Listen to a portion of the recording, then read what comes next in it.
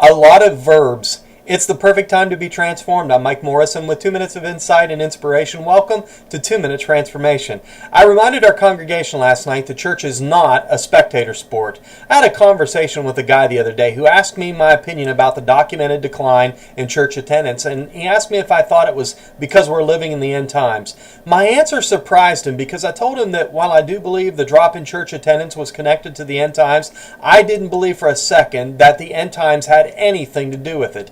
The decline of the church, if you can call a mere 10-year trend of falling attendance rates a decline, was by and large due to the fact that the church, at least here in America, has lost sight of its mission. We do a lot of things in the church these days, but a growing number of these activities don't serve the purpose of truly fulfilling the mission. The result is a lack of spiritual growth and personal fulfillment. To put it simply, we've become a body of unhappy babies.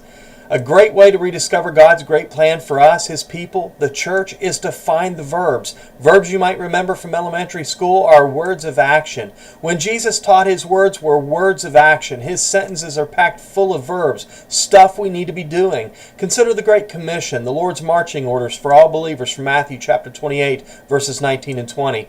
Jesus said, "Go therefore and make disciples of all nations, baptizing them in the name of the Father and of the Son and of the Holy Spirit, teaching them to observe all things that I have commanded you, and lo, I am with you always, even to the end of the age." Now let's pick out the verbs. First word, go. That's self-explanatory. Make. Make what? Make disciples. Of whom? Everyone. Baptizing, teaching. Teaching what? To observe all things that I've commanded. Nowhere does Jesus call us to be pew slugs.